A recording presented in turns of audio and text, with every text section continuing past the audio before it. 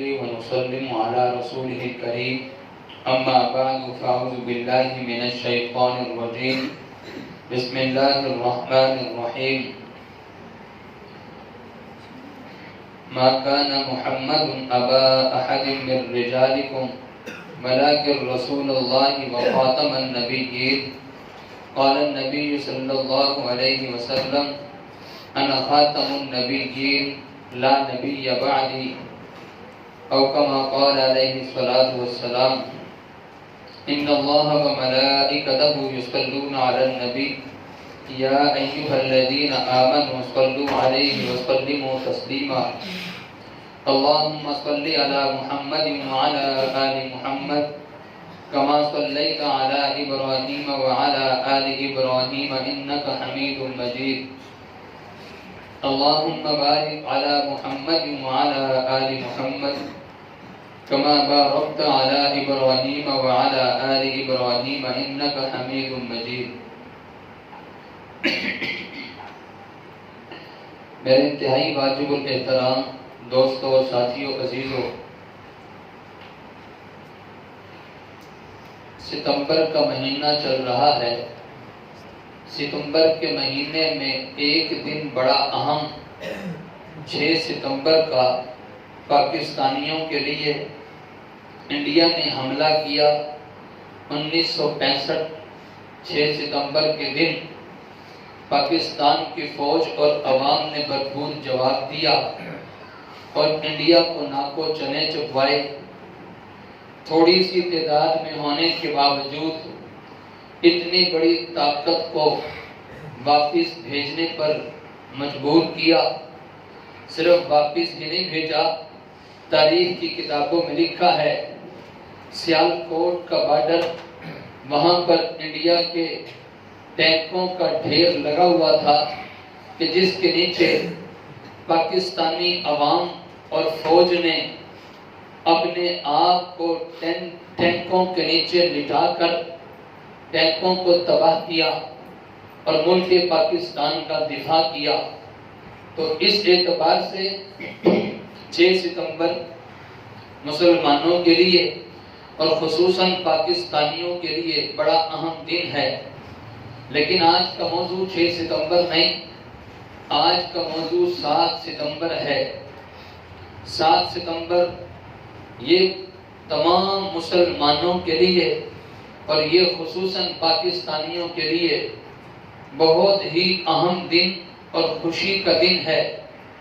یہ 7 ستمبر وہ دن ہے کہ جس دن میں بہت بڑے لعین اور دجال اور بہت بڑا فتنہ قادیانیوں اور مرزائیوں کا، کہ جن کو 7 ستمبر 1974 کو ملک پاکستان میں غیر مسلم قرار دیا گیا۔ شرعی طور پر تو پہلے دن سے ہی کافر ہیں، لیکن پاکستان میں آئینی طور پر، قانونی طور پر 7 ستمبر 1974 کو غیر مسلم قرار دیا گیا۔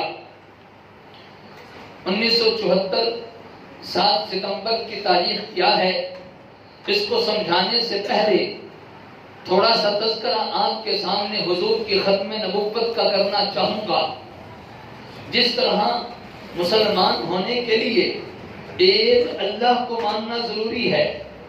اگر کوئی اللہ کی وحدانیت میں، اللہ کی ربوبیت میں شک کرے، شک کرنے والا مسلمان نہیں رہ سکتا۔ اسی طرح حضور کو آخری نبی ماننا بھی ضروری ہے۔ اگر کوئی شخص حضور کے آخری نبی ہونے کے بارے میں شک کرے، وہ بھی مسلمان نہیں ہو سکتا۔ امام اعظم ابو حنیفہ رحمۃ اللہ علیہ کا نظریہ اور مسلک ہے کہ اگر کوئی شخص آپ کے سامنے یوں کہے کہ میں نبی ہوں، اور آپ اس سے کہو کہ کوئی معجزہ پیش کر، امام صاحب فرماتے ہیں کہ جس نے معجزے کا مطالبہ کیا، جس نے معجزہ مانگا، وہ معجزہ مانگنے والا بھی کافر ہو جائے گا۔ اس کا مطلب یہ ہوا کہ جس نے معجزہ مانگا اس نے حضور کے آخری نبی ہونے کے بارے میں شک کر لیا، تبھی تو اس نے اس آدمی سے معجزہ مانگا ہے۔ تو ختم نبوت یہ بنیادی عقیدہ ہے. جب تک اگر کوئی شخص اس عقیدے کو نہ مانے وہ مسلمان ہو سکتا ہی نہیں ہے. اگر کوئی شخص اس عقیدے میں شک کرے وہ بھی مسلمان ہو سکتا ہی نہیں ہے. نبی پاک صلی اللہ علیہ وسلم آخری نبی ہیں. حضور پہ نبوت مکمل ہو چکی ہے. اس کا مطلب ختم نبوت یہی ہے. ختم نبوت کسے کہتے ہیں؟ ہمارے پیغمبر حضرت محمد الرسول اللہ صلی اللہ علیہ وسلم تمام انبیاء اور رسولوں میں آخری ہیں. حضور کے آخری ہونے پر قرآن کی 100 آیتیں موجود ہیں.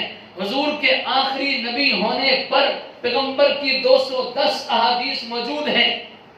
اتنا بنیادی عقیدہ ہے جس کے لیے ایک آدھی آیت نہیں 100 آیتیں موجود ہیں اور ایک آدھی حدیث نہیں 210 احادیث موجود ہیں.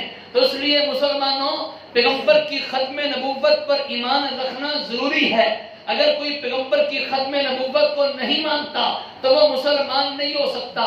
پیغمبر کی ختم نبوت میں شک بھی کرتا ہے وہ مسلمان نہیں ہو سکتا.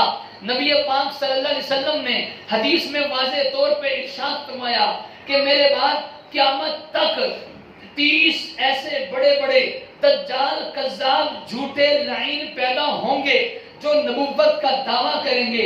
نبی پاک صلی اللہ علیہ وسلم نے فرما دیا سنو میں آخری نبی ہوں میرے بعد کوئی اور نبی نہیں ہے. میرے پیغمبر نے کبھی اس انداز میں فرمایا کہ اللہ نے نبیوں کا سلسلہ بھیجنا شروع کیا. نبیوں کی مثال ایک خوبصورت محل کی ہے. سارا خوبصورت محل تیار ہو چکا آخری اینٹ کی جگہ باقی تھی. اللہ نے مجھے آخری اینٹ کے طور پر آخری نبی بنا کر بھیج دیا. میرے پیغمبر کے آنے کے بعد نبوت والا محل پورا تیار ہو چکا ہے.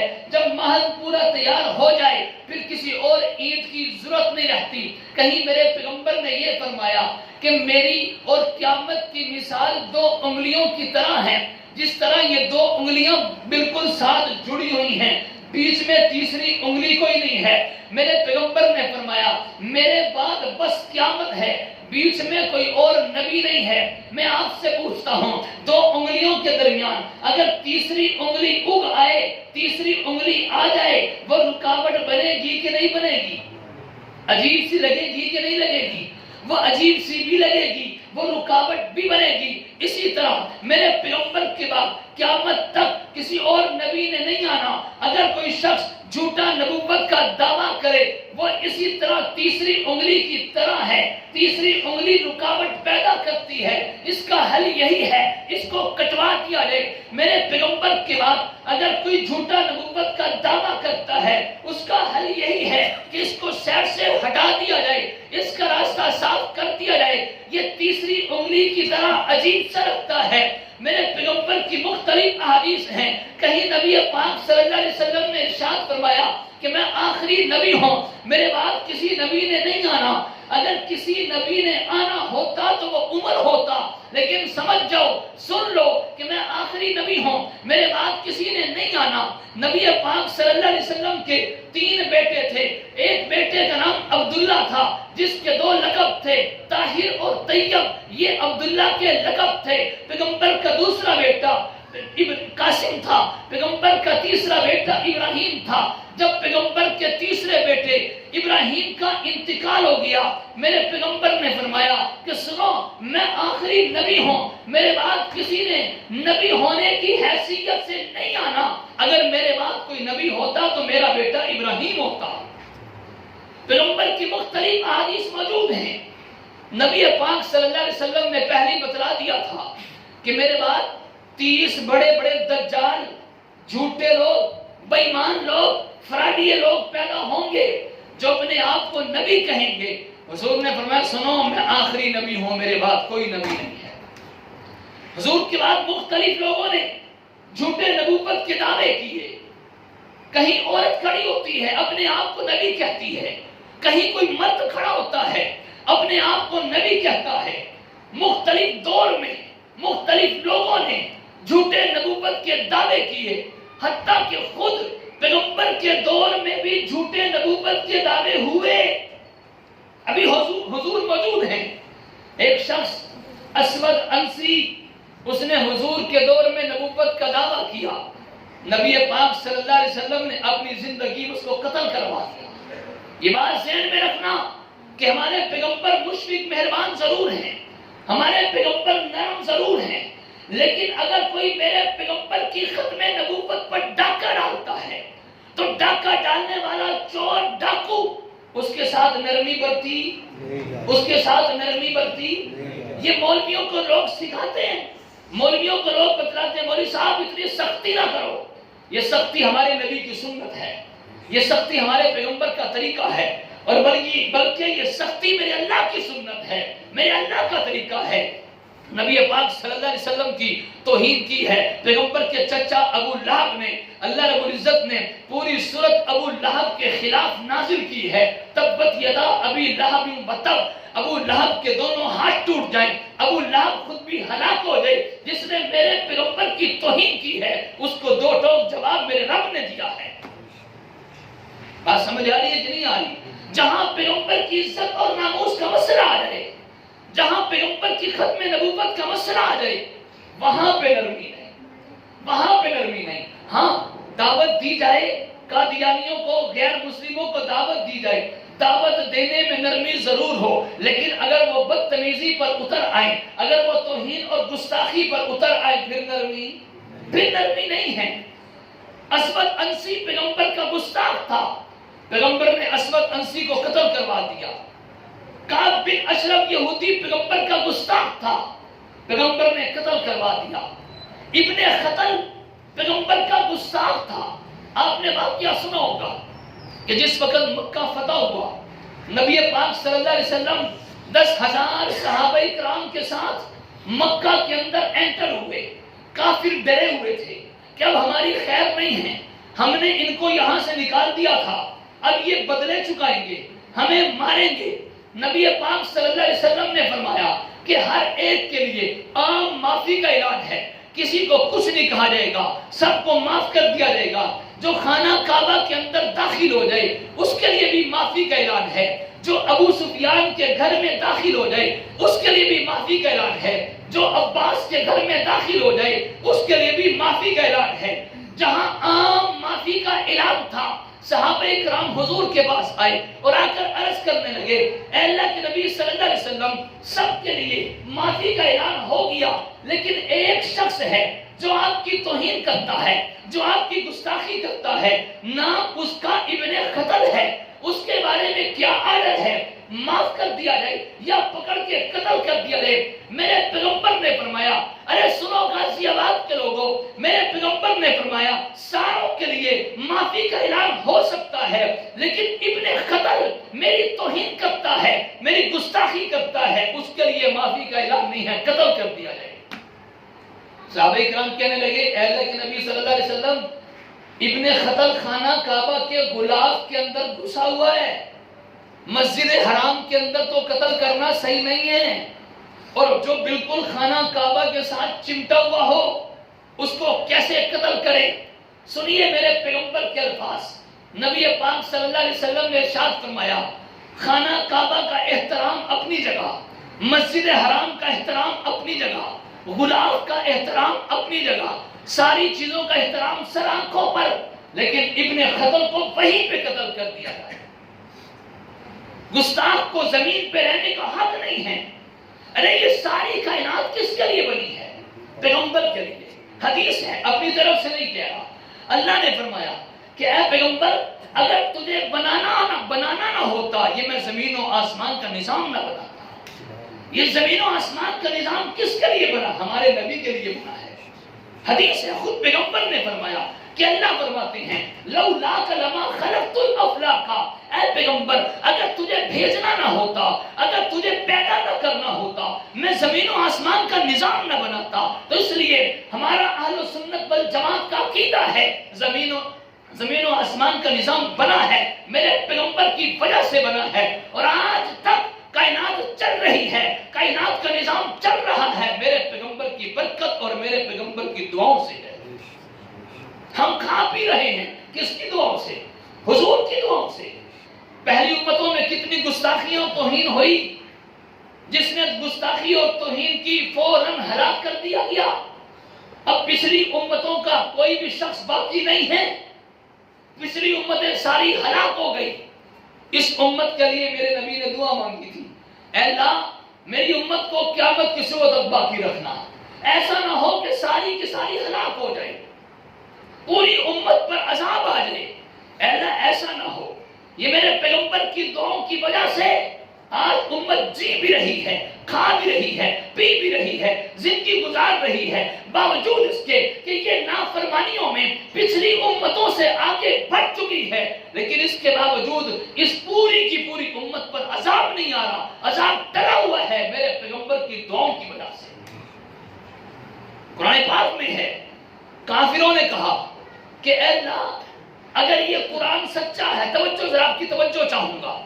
کافروں نے کہا اے اللہ اگر یہ قرآن سچا ہے تو ہم پہ پتھر برسا. اے اللہ یہ قرآن سچا ہے تو ہم پہ پتھر برسا. قرآن کے الفاظ ہیں کہ ان پہ پتھر برسنے چاہیے تھے اس لیے کہ قرآن سچا ہے. ان کے کہنے پر ان پر پتھر برسنے چاہیے تھے, لیکن قرآن نے جواب دیا ہم نے ان پر پتھر اس وجہ سے نہیں برسائے کہ ان کے بیچ میں حضور رہتے ہیں. حضور کی وجہ سے ان کافروں پر عذاب نہیں آتا. سوال پیدا ہوتا ہے ہمارے پیغمبر دنیا سے چلے گئے ہیں, اب تو عذاب آ جانا چاہیے, اب کیوں نہیں آتا؟ ہمارا عقیدہ ہے ہمارے پیغمبر آخری پیغمبر ہیں, قیامت کی صبح تک میرے پیغمبر کی نبوت باقی رہے گی. اگرچہ میرا پیغمبر دنیا سے چلا گیا ہے لیکن میرے پیغمبر کی نبوت اب بھی باقی ہے. یہ میرے پیغمبر کا کمال ہے. کمالات میں میرا پیغمبر اعلیٰ, حسن و جمال میں میرا پیغمبر اعلیٰ, سخاوت میں میرا پیغمبر اعلیٰ, علم اور عمل میں میرا پیغمبر اعلیٰ, جو امت کے لیے ہر وقت دعائیں کرتا چلا گیا. تو کیا اس امت کا حق نہیں ہے پیغمبر کی عزت اور ناموس کے لیے, پیغمبر کی ختم نبوت کے لیے ہم ایک ہو جائیں؟ اور ہونا چاہیے کہ نہیں ہونا چاہیے؟ نماز پڑھنا, روزہ رکھنا, ذکر و اذکار کرنا, یہ آپ کے اور میرے لیے ہے, ہمارے فائدے کے لیے ہے. لیکن توجہ بزرگوں کا جملہ ہے, ختم نبوت پر کام کرنا, پیغمبر کی عزت اور ناموس کے لیے کام کرنا, یہ پیغمبر کی ذات کے لیے ہے.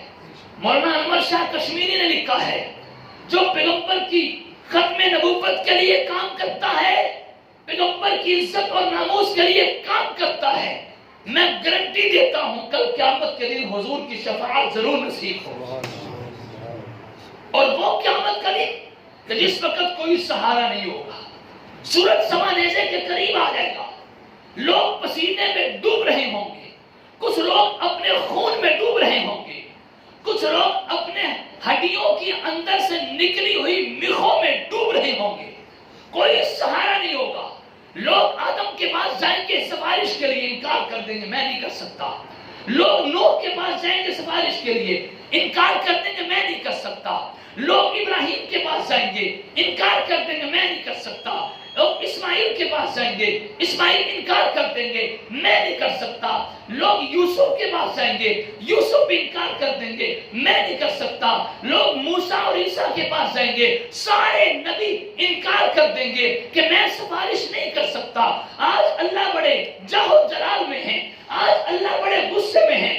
اللہ کے سامنے سفارش کرنا معمولی بات نہیں ہے, بڑی ہمت اور دل جگرے کی بات ہے. سارے نبی انکار کر دیں گے. اللہ کے سامنے امت کے لیے سفارش کرنے والی اگر کوئی ہستی ہے تو کائنات میں محمد الرسول اللہ ہے. نبی پاک صلی اللہ علیہ وسلم پھر اللہ کے سامنے سر سجدے میں رکھ کر امت کے لیے سفارش کریں گے, حساب کتاب شروع ہونے کی سفارش کریں گے. نبی پاک صلی اللہ علیہ وسلم سر سجدے میں رکھ کر اللہ کی حمد و ثنا بیان کریں گے, اور ایسی حمد و ثنا بیان کریں گے فرمایا کہ نہ آج تک ایسی کسی نے کی ہے نہ بعد میں کوئی کرے گا. اور حضور فرماتے ہیں کہ وہ اس وقت بھی میرے ذہن میں نہیں ہے, میں سر سجدے میں رکھوں گا, اللہ میرے دماغ میں ڈالتے رہیں گے, اللہ ڈالتے رہیں گے, میں اللہ کی حمد و ثنا بیان کرتا رہوں گا. تو میرے دوستوں سفارش کا حق حضور کے پاس ہے. جامع کوثر حضور اپنے ہاتھوں سے پلائیں گے, تو ہمارے پاس کوئی اور سہارا نہیں ہے حضور کے علاوہ. ہم حضور کا دامن چھوڑ دیں؟ انگریز نے سوچی سمجھی سازش کے تحت مرزا قادیانی کو کھڑا کیا، مسلمانوں میں پھوٹ ڈلوانے کے لیے مرزا قادیانی کو کھڑا کیا۔ انگریز کے چند ٹارگٹ تھے۔ ارے سنو میرے دوستو، ذرا مسلمانوں ہوش میں آؤ۔ آج ہمارے دلوں سے قرآن کی محبت نکالنے کی کوشش کی جاتی ہے۔ انگریز کی سازش تھی مسلمانوں کے دلوں سے قرآن کی محبت نکال دی جائے۔ اسی وجہ سے ہمارے اکابر نے کوشش کی ہے، جگہ جگہ درس قرآن کو عام کرو۔ مسجدوں میں موقع ملتا ہے، مسجدوں میں کرو، مدرسوں میں موقع ملتا ہے، مدرسوں میں کرو، کسی بیٹھک میں موقع ملتا ہے، بیٹھک میں درس قرآن کو عام کرو، کسی سکول، کالج، یونیورسٹی، اکیڈمی میں موقع ملتا ہے، درس قرآن کو عام کرو۔ اور اسی طرح انگریز کی دوسری سازش تھی کہ مرزا قادیانی کو کھڑا کرو، مرزا قادیانی سے نبوت کا دعویٰ کرواؤ۔ اور پھر مرزا قادیانی نے نبوت کا دعویٰ کرنے کے بعد سب سے پہلا جو فتویٰ دیا، اس نے فتویٰ یہ دیا کہ لوگوں انگریز کے خلاف اب جہاد نہ کرو۔ وہ جہاد سے روکنے کے لیے مرزا قادیانی کو کھڑا کیا۔ انگریز کو پتا تھا مسلمان جہاد کے جذبے سے سرشار ہو کر لڑتا ہے، مسلمان ڈرنے والا، بکنے والا، جھکنے والا نہیں ہے۔ جو بک جاتا ہے، ڈر جاتا ہے، مسلمان نہیں، منافق ہے۔ اس لیے انگریز کی سازش تھی کہ ایسے بندے کو چنا جائے جو مسلمانوں کو بتلائے کہ جہاد نہیں کرنا۔ اس کے لیے مرزا قادیانی کو چنا۔ اور تیسرا ٹارگٹ یہ تھا کہ مسلمانوں کے دلوں سے حضور کی محبت نکال دی جائے۔ لیکن پاگل تھا، بے وقوف تھا، احمق تھا، اس کو پتا نہیں تھا کہ مسلمان ہر چیز برداشت کر سکتا ہے، پیغمبر کی عزت اور ناموس پہ آنچ آئے، حرف آئے، نہیں برداشت کر سکتا۔ ایک بہت بڑا شاعر گزرا ہے، اختر شیرانی۔ اختر شیرانی بہت بڑا شاعر، ہر وقت شراب کے نشے میں دھت رہتا تھا، ہر وقت شراب پیتا رہتا تھا۔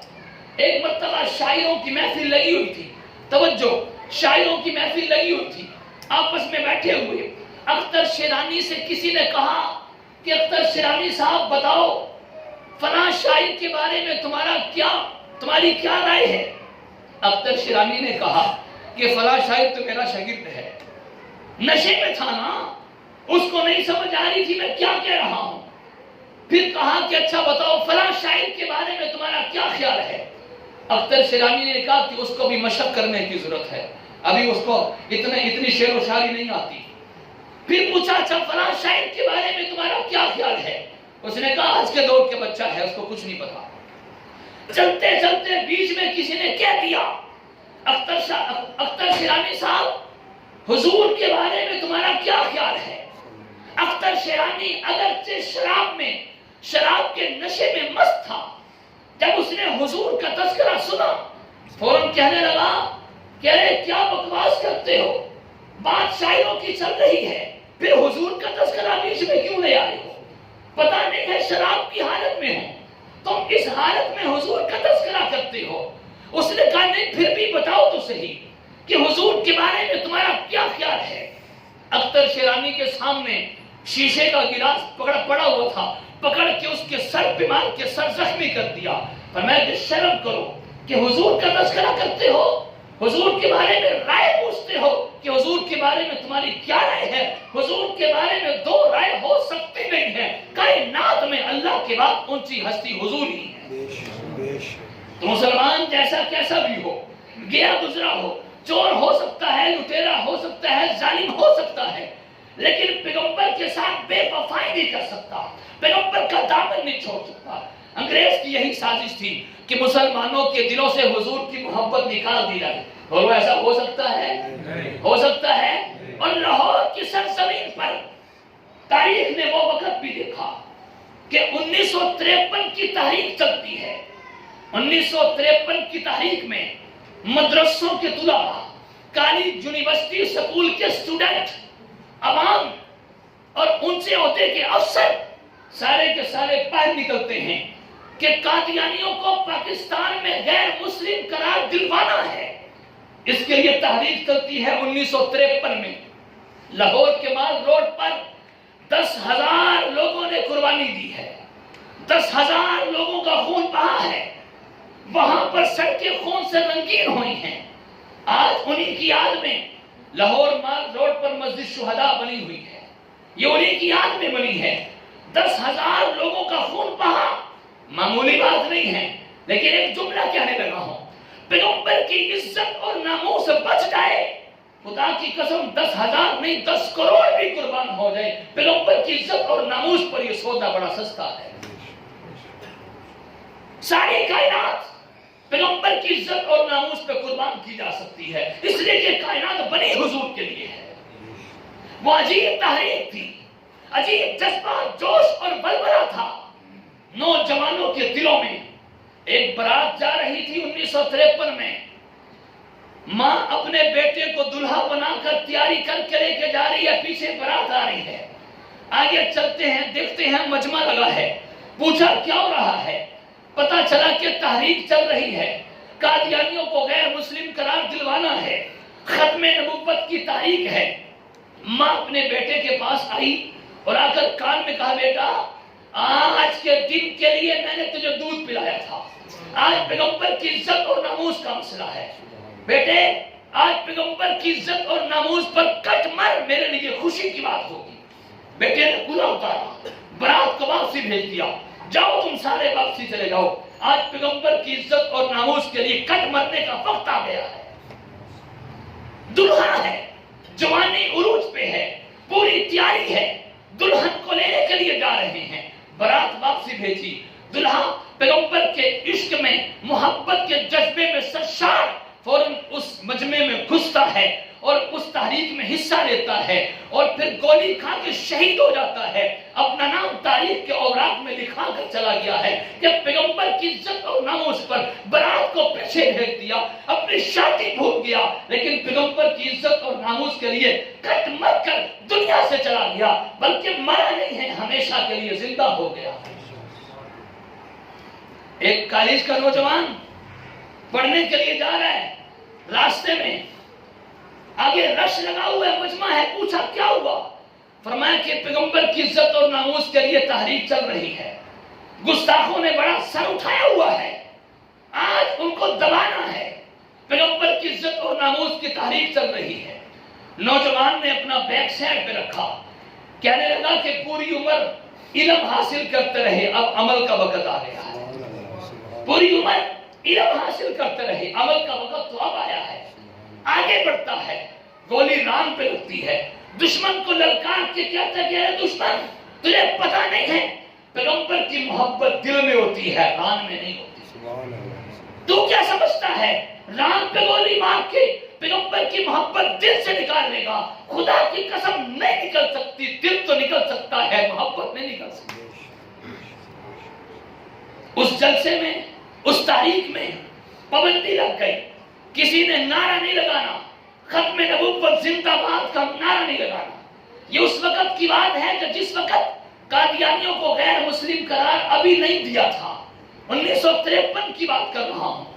قادیانیوں کو غیر مسلم قرار دیا 1974 میں، 1953 کی تاریخ میں لوگ نعرہ لگا رہے ہیں، ختم نبوت، ختم نبوت، سارے نعرہ لگا رہے ہیں۔ اور یہ اس وقت کی بات ہے کہ جس وقت نعرہ لگانے پر پابندی تھی۔ نعرہ لگا رہا تھا ایک نوجوان، پولیس نے پکڑ لیا، پکڑ کے اندر لے گئے، جیل میں بند کیا، بعد میں پولیس کے سامنے، افسر کے سامنے پیش کیا۔ جو ہی پولیس کے افسر کے سامنے آیا، اس نے پھر نعرہ لگایا، ختم نبوت زندہ باد۔ پولیس نے کہا تجھے پتہ نہیں پابندی ہے؟ اس نے کہا پابندی کیا ہوتی ہے؟ پیغمبر کی عزت اور ناموس کو ہر جگہ پہ بیان کیا جائے گا، پابندی تمہاری سائڈ پہ رکھتے ہیں۔ افسر نے سزا سنائی، 1 سال کی سزا ہے۔ عدالت میں معاملہ پہنچا، عدالت نے سزا سنائی، 1 سال کی سزا ہے۔ فوراً خوشی میں نعرہ لگایا، ختم نبوت زندہ باد۔ جج نے پھر کہا 2 سال کی سزا ہے، پھر نعرہ لگایا، ختم نبوت زندہ باد۔ جج نے پھر کہا 3 سال کی سزا ہے، پھر نعرہ لگایا، ختم نبوت زندہ باد۔ جج سزا بڑھاتے بڑھاتے 20 سال تک لے گیا، اس نے پھر بھی نعرہ لگایا، ختم نبوت زندہ باد۔ جج نے کہا یہ باز آنے والا نہیں ہے، اس کو پھانسی کی سزا سناؤ۔ پھانسی کی سزا سنا دی. اس نے پھر نعرہ لگایا ختم نبوت زندہ باد. جج نے کہا کہ ابھی دیر نہ کرو, ابھی باہر نکال کے گولی مار کے مار دیا جائے. باہر نکالا, پھر اس نے نعرہ لگایا ختم نبوت زندہ باد. جج نے کہا اس کو رہا کر دو, لگتا ہے یہ مینٹلی طور پہ ٹھیک نہیں ہے. اس کو کیا پتا یہ مسلمان ہے, اس کے دل میں پیغمبر کی محبت ہے, ہر چیز چھوڑ سکتا ہے, پیغمبر کی محبت نہیں چھوڑ سکتا. سارے اختلافات کو بھلا کر پسے پشت ڈال سکتا ہے, لیکن پیغمبر کی عزت اور ناموس پہ آنچ نہیں آنے دے گا. کبھی کبھی سوچتا ہوں, بلکہ علماء نے لکھا ہے کہ اللہ نے ہمارے پیغمبر کو آخری نبی بنایا. اس کی وجہ کیا تھی؟ آخری نبی ابراہیم کو بھی بنا سکتے تھے, ابراہیم اللہ کے خلیل تھے. آخری نبی موسیٰ کو بھی بنا سکتے تھے, موسیٰ اللہ کے کلیم تھے. آخری نبی عیسیٰ کو بھی بنا سکتے تھے جو بغیر باپ کے پیدا ہوئے. اللہ نے آخری نبی حضور کو کیوں بنایا؟ اللہ جانتے تھے کہ آخری نبی حضور ہی کو بنانا ہے. اگر کوئی پیغمبر کی ختم نبوت پر ڈاکہ ڈالتا ہے تو پھر پیغمبر کی امت میں ایسے جانشار ہوں گے جو جان کی پرواہ نہیں کریں گے, اپنے مال و دولت کی, اپنے خاندان رشتہ دار والوں کی پرواہ نہیں کریں گے, پیغمبر کی عزت اور ناموس کا دفاع کریں گے, پیغمبر کے ختم نبوت کا دفاع کریں گے. اس وجہ سے اللہ نے ہمارے پیغمبر کو آخری نبی بنایا ہے. اس لیے میرے دوستو, اس امت میں سب سے بڑا فتنہ اس امت میں وہ قادیانیوں کا ہے. توجہ ذرا, اس امت میں سب سے بڑا فتنہ قادیانیوں کا ہے. حضور کے دور سے لے کر آج تک اور بھی کافی لوگوں نے نبوت کے جھوٹے دعوے کیے ہیں, لیکن جس نے بھی کیے وہ چلے گئے دنیا سے. آج ان کا نام لینے والا کوئی نہیں ہے. یہ قادیانیوں کا واحد فتنہ ہے. جب اس نے جھوٹا نبوت کا دعویٰ کیا 1901 میں, مرزا قادیانی نے, اس کو حکومت کی پوری سپورٹ تھی, برطانیہ کی طرف سے پوری سپورٹ تھی, یورپ کی طرف سے پوری سپورٹ تھی. آج بھی اس فتنے کو, قادیانیوں کو, مرزائیوں کو حکومت کی طرف سے پوری سپورٹ ہوتی ہے. یورپ والوں کی طرف سے, کبھی جرمنی والوں کی طرف سے, کبھی لندن کی طرف سے, برطانیہ کی طرف سے, ان کو پوری حکومت کی سپورٹ ہوتی ہے. صرف اس وجہ سے کہ پیغمبر کی ختم نبوت کو نعوذ باللہ ختم کیا جائے, پیغمبر کی ختم نبوت پر ڈاکہ ڈالا جائے.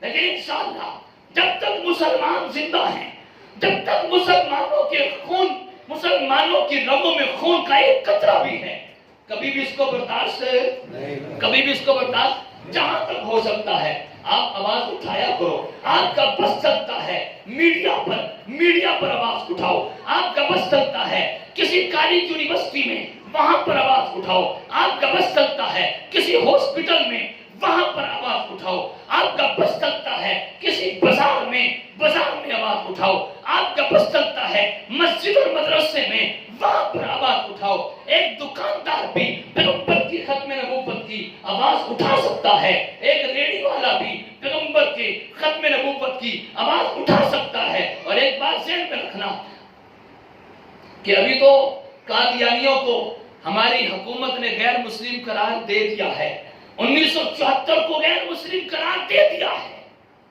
اگر نہ بھی دیا ہوتا تب بھی پیغمبر کی عزت اور ناموس کی آواز اٹھانا ہم سب کی ذمہ داری تھی. کیا اٹھائی نہیں ہے؟ 1953 کی تحریک نہیں چلی, 10,000 لوگوں کا خون نہیں بہا. یہ ان کو غیر مسلم اتنی آسانی سے قرار نہیں دے دیا گیا. یورپ والے پوری اس کوشش میں تھے کہ ان کو غیر مسلم قرار نہ دیا جائے, قادیانیوں کو غیر مسلم قرار نہ دیا جائے. یورپ والے پوری کوشش میں تھے. ذوالفقار علی بھٹو کا دور تھا کہ جس وقت 1974 میں ان کو غیر مسلم قرار دیا گیا, جس وقت ذوالفقار علی بھٹو نے ان کے غیر مسلم قرار دینے پر سائن کیے, بھٹو کے الفاظ سے آج میں اپنی موت پہ دستخط کر رہا ہوں. اس کو نظر آ رہا تھا کہ دستخط کرنے کے بعد میری خیر نہیں. علماء نے لکھا ہے جیسا کیسا بھی تھا ایک اچھا کام کر گیا. اللہ کی رحمت سے امید ہے شاید اللہ اس کے اس کام کو پسند کرتے ہوئے اس پر بخشش کا اعلان کرے. اور حضور کی ختم نبوت کا کام کرنا یہ معمولی کام نہیں ہے. خدا کی قسم یہ حضور کی ذات کا کام ہے. سارے کام صفات کے کام ہیں اور ختم نبوت کا کام حضور کی ذات کا کام ہے۔ اب اگلی بات کرتا ہوں۔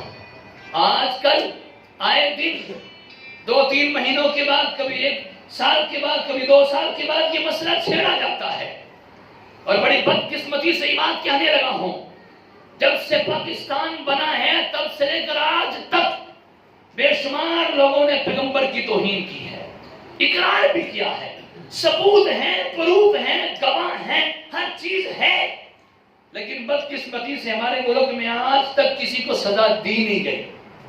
پھر ہوتا کیا ہے، عوام میں سے کوئی شخص اٹھتا ہے، ممتاز قادری کی طرح کہ اس کو گستاخ رسول کو سیٹ پہ لگا دیا جاتا ہے، کبھی اسی طرح غازی علم الدین شہید اٹھتا ہے، وہ جس نے کتاب لکھی تھی پیغمبر کی توہین اور گستاخی کرتے ہوئے اس کو سیٹ پہ لگا دیا جاتا ہے۔ اس قسم کے لوگ اٹھیں گے اگر حکومت وقت جتنے بھی حکومت والے اراکین اگر گستاخوں کو خود سیٹ پہ نہ لگائیں، اگر کسی کی گستاخی ثابت ہو گئی ہے، اقرار کر لیا ہے، ہمارے ملک کا قانون ہے اس کی سزا سزائے موت ہے، ہمارے ملک کا قانون ہے، ہم قانون کی خلاف ورزی نہیں کرتے، ہم قانون کے دائرے میں رہ کر بات کرتے ہیں۔ قادیانیوں کو غیر مسلم قرار دیا 1974 میں، 1984 میں ان پر پابندی لگی، اپنی عبادت گاہ کو مسجد نہیں کہہ سکتے، اپنی عبادت گاہ میں اذان نہیں کہہ سکتے، اپنی عبادت گاہ پر کلمہ نہیں لکھ سکتے، قربانی نہیں کر سکتے، حج نہیں کر سکتے، ایک دوسرے کو ملتے ہوئے السلام علیکم ورحمت اللہ نہیں کہہ سکتے۔ تو اس لیے مسلمانوں ذرا بات کو سمجھیے، اگر آپ کے سامنے قادیانی اس قانون کی خلاف ورزی کرتا ہوا نظر آتا ہے، آپ کو پورا اختیار ہے، قانونی راستہ اختیار کریں، ان کے خلاف کیس کرتے اور پروف کے ساتھ کیس کریں کہ انہوں نے 1984 والے قانون کی خلاف ورزی کی ہے، انہوں نے اپنی عبادت گاہ کا نام مسجد رکھ دیا ہے، یہ کلمہ لا الہ الا اللہ محمد رسول اللہ پڑھتا ہے، ان پر پابندی ہے، یہ ملتے ہوئے السلام علیکم کہتا ہے، ان پر پابندی ہے، یہ عید الاضحیٰ کے موقع پر اس نے قربانی کی ہے، ان پر پابندی ہے۔ آپ کے حق میں ہمارا قانون ہے، قانون آپ کے حق میں ہوگا، ان کے خلاف آپ کیس دائر کر دیں۔ اور یہ بات میں نہیں کہتا، حضرت مفتی محمد تقی عثمانی دامت برکات ملالیہ ہمارے بزرگوں میں بہت بڑی شخصیت موجود ہیں، جس وقت وہ جج تھے، جب جج سے انہوں نے استعفیٰ دیا، اس کے بعد انہوں نے یہ بات عوام میں کہی کہ میں نے ایک بات بڑی محسوس کی ہے، جب بھی کوئی ایسی بات ہوتی ہے قادیانی فوراً عدالت کا دروازہ کھٹکھٹاتا ہے۔ ارے مسلمانوں، عدالت تمہارے حق میں ہے، قانون تمہارے حق میں ہے، اگر قادیانی کوئی ایسی گڑبڑ کرتا ہے عدالت میں کیوں نہیں جاتے؟ گھسیٹو ان کو عدالت میں۔ یہ پیغمبر کے گستاخ، پیغمبر کے غدار، یہ ہمارے ملک کے بھی غدار ہیں۔ میں بھی دوسری طرف نہیں جا رہا کہ ہمارے ملک کا کشمیر جو حصہ ہمارے ملک کا تھا وہ انڈیا کے قبضے میں کیسا چلا، کیسے چلا گیا؟ بیچ میں غداری کرنے والے یہی قادیانی لوگ تھے۔ اگر یہ قادیانی غداری نہ کرتے بے ایمان، ہمارے ملک سے کبھی بھی کشمیر جا سکتا۔ اب یہ وقت نہیں ہے تفصیل کا، میں آپ کو بتلاتا، مقبوضہ کشمیر آج جو انڈیا کے قبضے میں ہے، یہ ہے پاکستان کا، یہ انڈیا کا نہیں ہے، یہ پاکستان کا ہے، یہ پاکستان کا تھا، ان کے قبضے میں گیا کیسے ہے؟ غداری کرنے والے یہی لوگ تھے۔ اور میں نہیں کہتا، شاعر مشرق علامہ محمد اقبال نے لکھا ہے کہ یہ قادیانی اسلام کے بھی غدار ہیں، ملک کے بھی غدار ہیں۔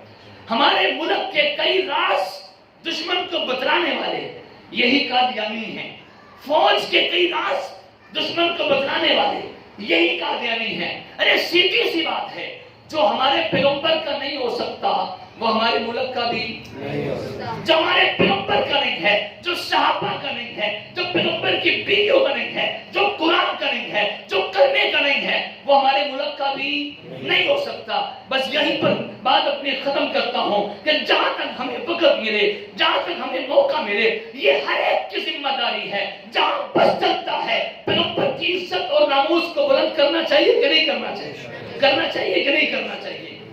ابھی چند عرصے پہلے کی بات ہے، میں نے بھی غازی آباد کی کئی دکانوں پر دیکھا شیزان کی بوتل بکتے ہوئے، ہمیں ابھی بھی سمجھ نہیں آتی مسجد میں آ کر ہم عزم کر کے جاتے ہیں پیغمبر کے گستاخوں کے ساتھ بائیکاٹ کریں گے، اور پھر شیزان بوتل دکان پہ رکھ کے بیچتے ہو، کل قیامت کے دن ایسا نہ ہو پیغمبر کا ہاتھ ہو اور ہمارا گریبان ہو، کیا جواب دیں گے؟ پیغمبر کے ہاتھوں سے جام کوثر کیسے پئیں گے؟ ایک طرف عاشق رسول ہونے کا نعرہ، ابھی اگلا مہینہ شروع ہو جائے گا ربیع الاول کا، اور پھر ہم سے بڑا عاشق رسول کوئی نہیں، اور دوسری طرف پیغمبر کے گستاخوں کے ساتھ میل جول، پیغمبر کے گستاخوں کے ساتھ یاری دوستی، پیغمبر کے گستاخوں کا مشروب پیتے ہیں۔ یہ شیزان کا پینا یہ پیشاب کے پینے سے بھی بدتر ہے، یہ علماء کا فتویٰ ہے۔ قادیانیوں کے ساتھ ہر قسم کا بائیکاٹ کرنا ضروری ہے، نہ ان کی خوشی غمی میں شریک ہو سکتے ہیں، نہ ان کے ساتھ کاروبار کر سکتے ہیں، کسی قسم کا میل جول ان کے ساتھ جائز ہے۔